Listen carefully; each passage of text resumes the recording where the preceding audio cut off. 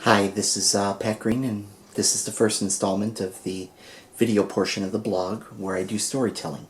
Now, I had a story all planned out that was going to be engaging, entertaining, and have a message and a point.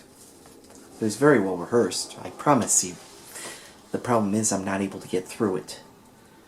Part of the reason for that is because I can't do the C, S-E-E. This is from Salesmanship 101. S for the smile, E for eye contact, E for enthusiasm. And where my headspace is at right now, I can't do any of the three. So I'm going to tell a different story. It's not going to have all the enthusiasm and the polish and the panache that I plan on having, but it's going to be honest. The story is about a man and a woman. The man. They had a conversation that turned into an argument. And if I'm being honest, I don't even know what the argument was about. During the course of the argument, I was told that I was condescending. And I was so busy holding on to my hurt that I denied it. And I pushed back.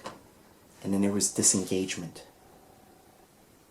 And then, after the absence, was questioning. And the realization that she might be right. And I don't like that. Because when it comes to people I love, I was recently reminded by a friend of mine named Deanna that I do not let people in. But once they're in, it's a lifetime pact. And it's a very small group of people that I let into the circle. And this is somebody that's in deep. Deeper than practically anybody save for my child. And I may have hurt this person. That realization, that sucks. It sucks a lot.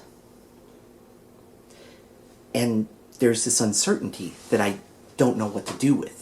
And then comes the juxtaposition of the good things that have happened within the last 24 hours. I had lunch with a friend. He's an Episcopal priest. And we sat down and we talked geek stuff. We talked about Doctor Who. We talked about Firefly. We talked about Farscape. We even talked about Cool Hand Luke. And it was a great time. The waiter was part of the conversation. The bartender was part of the conversation. It was an amazing lunch. And then a couple hours later, I sat down with my mentor, and my mentor and I, instead of talking about the usual things about building a book of business, about closing deals, about doing everything else that we're trying to accomplish, I talked about who I used to be and who I am, and how the tools that I'm trying to use to move forward are difficult for me because the person who I used to be is so different from who I am now. Who I am now is so much more beautiful. Who I am now is so much more real and authentic and not dark.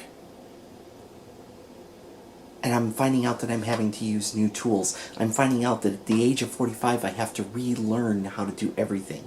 So I just laid it all out on the line for him on the personal stuff. And that personal stuff actually made a difference. He stopped. He was so compassionate. He was so kind. He was so good. And I had this beautiful aha moment. But here's the great irony. That aha moment happened before the argument. Before a stupid argument that I'm not even sure what the topics were. That I'm not even sure what it was about. But I do know that I may very well be condescending. I know that I very well may have hurt somebody who I would never, ever intentionally hurt. And now I'm stuck with that. That uncertainty. And all of the successes that I've had recently, all of the achievements, all of the forward momentum, I would give it all up. All of it. To have that one conversation done as a do-over. To do it differently. And if there were other things that I have said that have built up this level of hurt, that have built up this wall, that have created this divide, that now I lead in an uncertain future about where she is in my world, I would give up all that just to be able to have that one thing. Because the one thing that I've done in all the mirrors that I've held up, the one thing that I've done in all of my storytelling, is I have tried to come to a very simple conclusion and a belief that I hold dearly to, that love matters, that above everything else we do, love matters, that if we want to change the world, it's going to be about love. If we want to improve our self-esteem, it's going to be about love. If we want things to be shaped, well, love is the first step. And I don't talk about it in this woo-woo, happy-go-lucky, meditative, progressive thing. I talk about it very real, because love is like a garden, and gardens take work. You have to sweat, you get sore knees, you get dirt under your nails, your arthritis kicks in, your hands are prickly from weeds, but it's good work, because the garden nourishes you. You thrive in the garden.